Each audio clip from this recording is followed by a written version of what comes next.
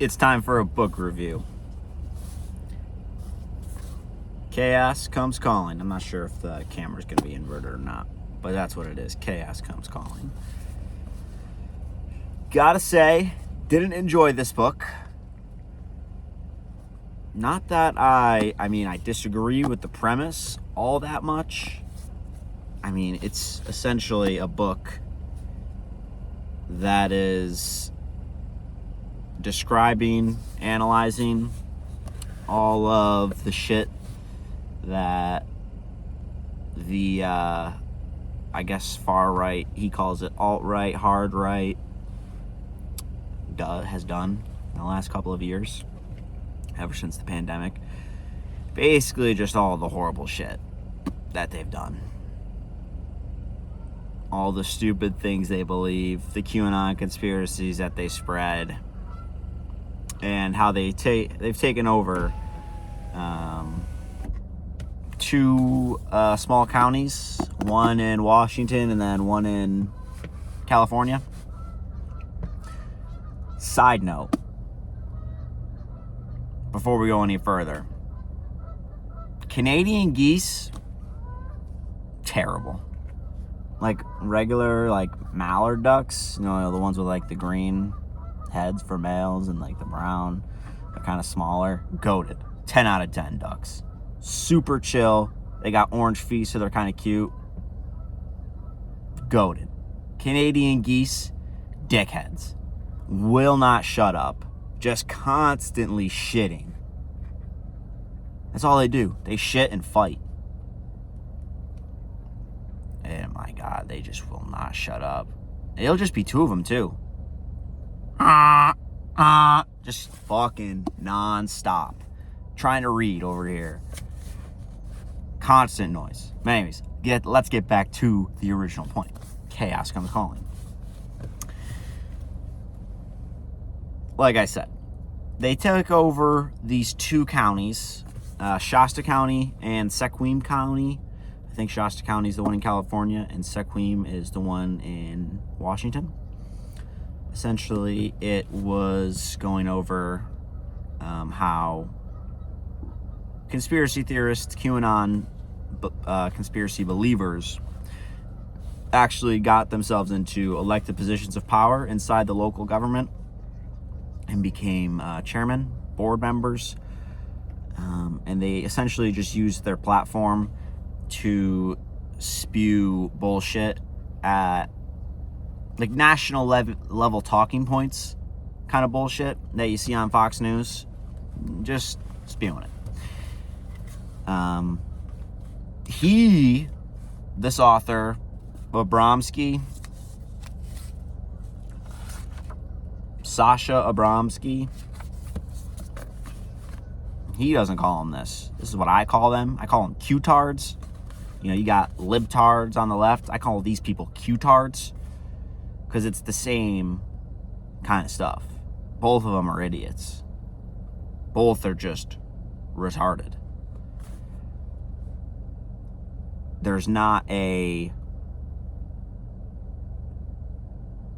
critically thinking brain cell on either of the sides. So,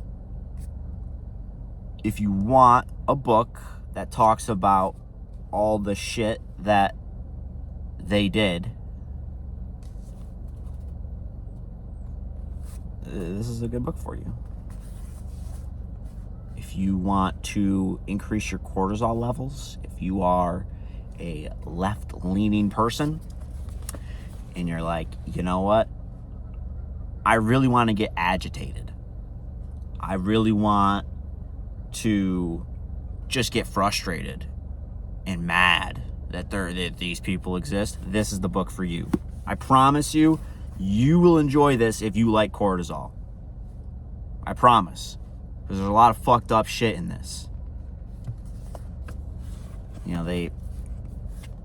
I think a big thing that this book hits on is the corrosive behavior that exists online with death threats and people just creating the most vile images in their brains.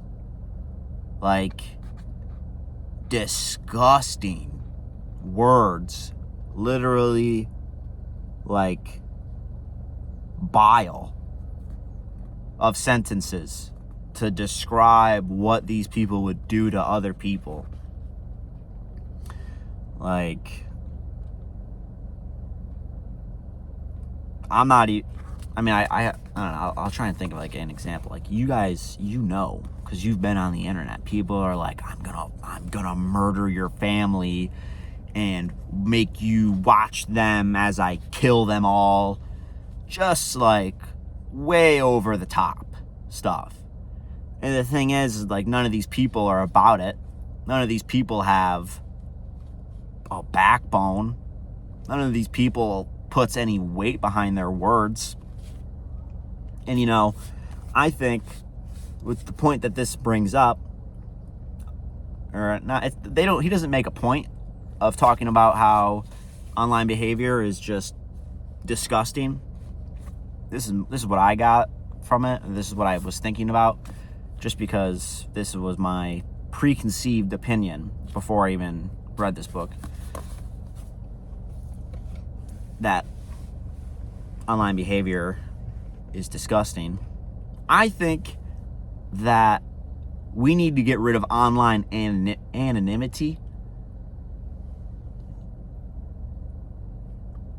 That it needs to go, because people are just saying some stupid shit, stupid things, and there's zero repercussions to that. I mean, maybe eventually there will be. You know, like if Elon Musk puts a microchip in you and, you know, you start popping off on Twitter, he can just kill you. You know, he tracks your IP address. He's got your location. But seriously, get rid of this online anonymity crap, because people are beginning to believe that their words have zero consequences, and people are being enabled to say crazy shit and for them to just like go on living their lives. We can't have that happen. It's destructive to our society, and it needs to be banned. One thing the internet does is it really highlights the extremes of everything. You know, you really just see the worst of people. Yeah, I mean, you got like 67-year-old health officials, the people who instated the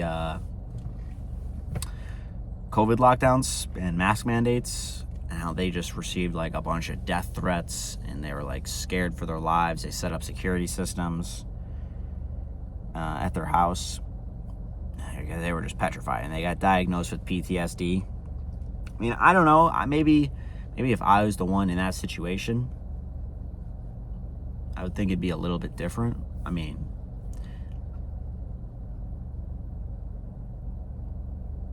I would like to think that I wouldn't be the one to like ask for a security system and be like, oh my god, they're gonna come and kill me. Like, my impression now, outside of the situation, outside of the emotions that comes with that, would be these people aren't about that. But, you know, emotions cloud your judgment.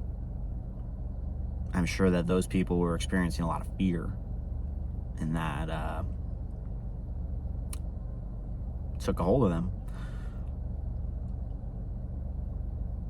I mean, whether the lockdowns were right or wrong, that's irrelevant. For some people to think that they have the justification to go online and say all this nasty shit, like you're gonna rape them and then kill them and rape their children, like, we need camps. We used to have mental institutions. You know, my parents came from a really small town, and there used to be a mental institution there. It was one of the best jobs you could have, government job. And like much of the country, they shut down this mental institution, like they did with most mental institutions, and then they just converted it into a prison. Now, I'm not saying that we need to treat the mentally ill the same way we did back then, because I mean, they used to just shock people if you were bipolar. But maybe the threshold for being bipolar was lower. Could be. But they would straight up just electroshock therapy if you had anything wrong with you. But maybe that's what we need. Maybe that's why shit's getting out of hand. We start letting all the crazies out.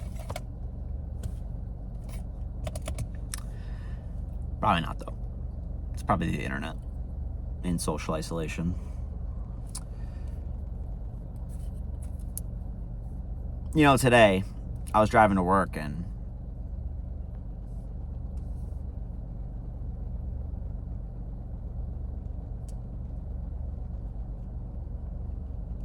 I saw a car with a anime sticker on it, just plastered on the hood of the car, and like had a bunch of stuff on the side. And I don't know if you guys watched Finding Bigfoot when you were kids. I did. I was a believer. It's more than that. I was looking for him. I was gonna find Bigfoot when I was younger. I was out in the woods looking. But anyways, in the intro to that show, I think it was like, I can't even remember the guy's name. It was like the big, kind of funny guy. His name was like Bobo, Jimbo, something like that.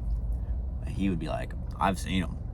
They're here. That's what I think when I see some fucking crazy people out in the wild. I'm like, I've seen them. They're here. They're among us. These fucking people. You know, every so often, you see one. And you're like, you kind of get like that. You kind of like look at them because it's a freak show. And like you can't take your eyes off them even though you want to. You're like, you're disgusted, but also like you're intrigued. Yeah. You're like, what the hell is going on in that person's head? That's how I feel.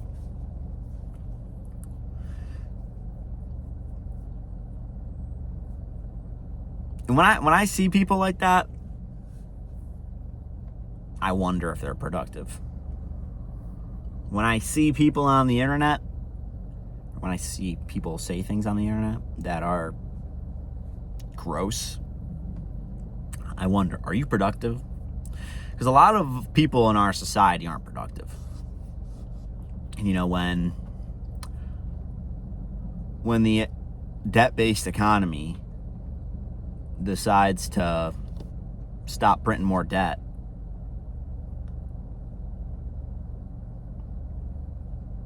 I see labor camps in our future. Motherfucker, you better pick up that pickaxe and hit that stone. No, you can't watch TikTok right now. Nope. You need to pick up that pickaxe and break that stone into smaller stones. And then you need to put that in a wheelbarrow. Let's go. You know, if anyone from the federal government, you know, whoever is planning on running these labor camps in the future, I'd like to put my application in to be a guard. I'll whip them up into shape. You know, I'll hold the gun.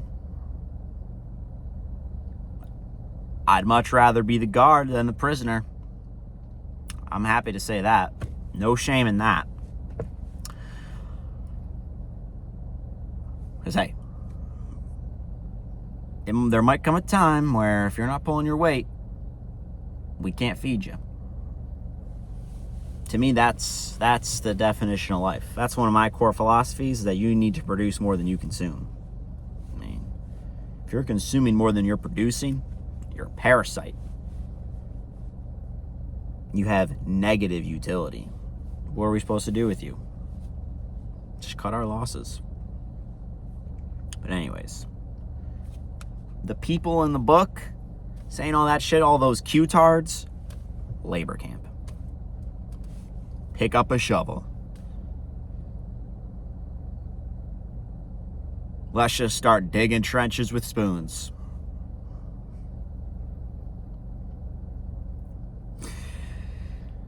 So yeah, back to my original point.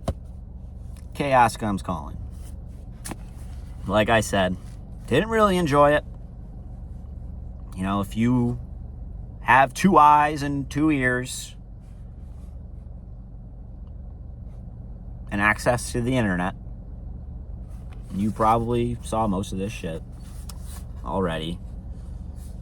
Pretty sad, gotta say. Pretty sad that there are Q-tards. There are absolutely Q-tards out there. And, you know, I think a lot of Q-tards probably are productive members of society, ex-military. Just idiots, though. I mean, to think that Donald Trump is your savior, I don't know, man. Wouldn't you think your savior would look a little bit better? Wouldn't be so fat?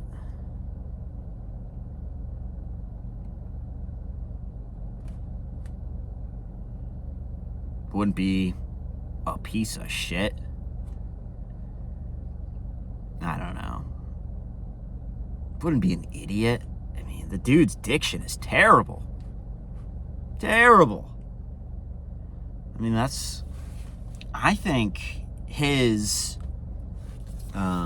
diction,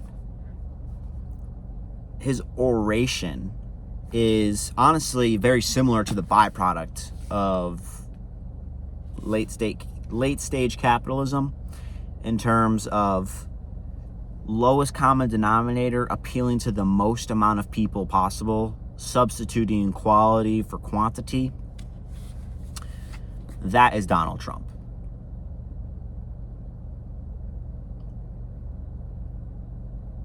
I mean, you just listen to him and it feels like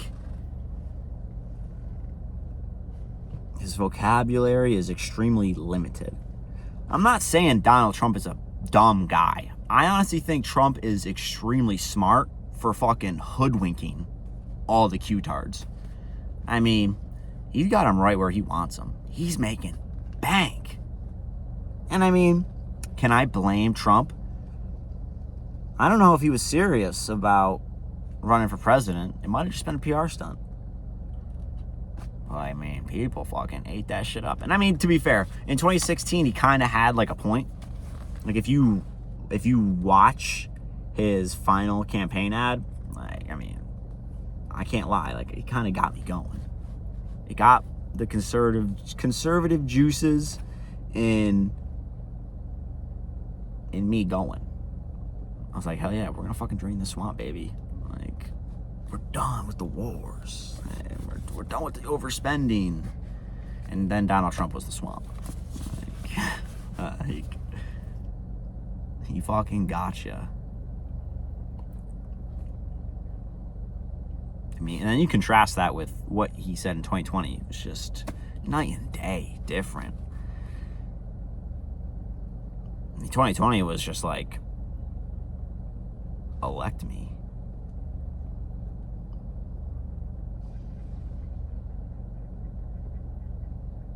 That's it. And then you just bitched that the election got stolen. I mean, obviously, like, hey, like, I'm in a position where these people believe anything I fucking say. Like, why not? Why not say it was stolen? And then what can I do? I can fucking go rally, sell Another 4 years of selling hats and merch, fucking selling drinks at these venues, I don't know if he sells tickets to his rallies. I mean, if I were him, I would. I mean, he's in it for the money. He's making deals, though. He's building more properties. She's a smart guy. He understands the tax code. He understands how to run business, and he's doing it. He's making bread off of these idiots. People are like, oh, he's our savior. The institutions have been corrupted by pedophiles. And I mean, there are definitely some fucked up people. Definitely some fucked up people out there. I mean, look at Jeffrey Epstein and the breadcrumb trail that he left. I mean, they're certainly out there. But I don't think it's all of them. That's a lot of bad people. And you know what? I don't think Republicans are any better.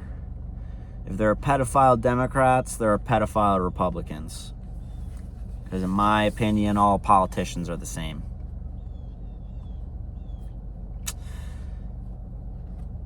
They wear whatever skin suits them at the time.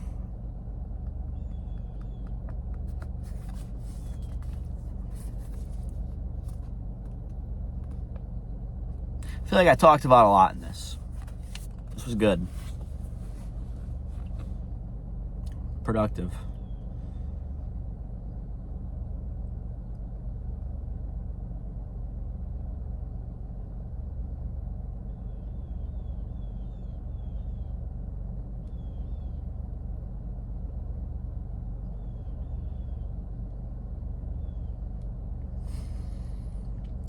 So yeah, would I recommend you buy this book? Absolutely fucking not. I think this was like $30. Complete fucking ripoff.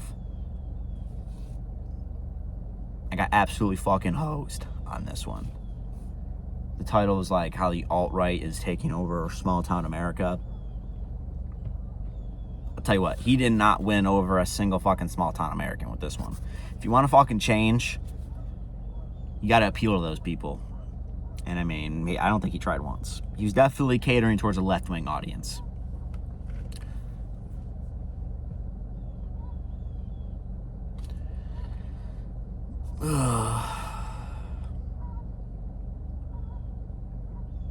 So yeah, when I finish my next book, I'll review it. Stay classy.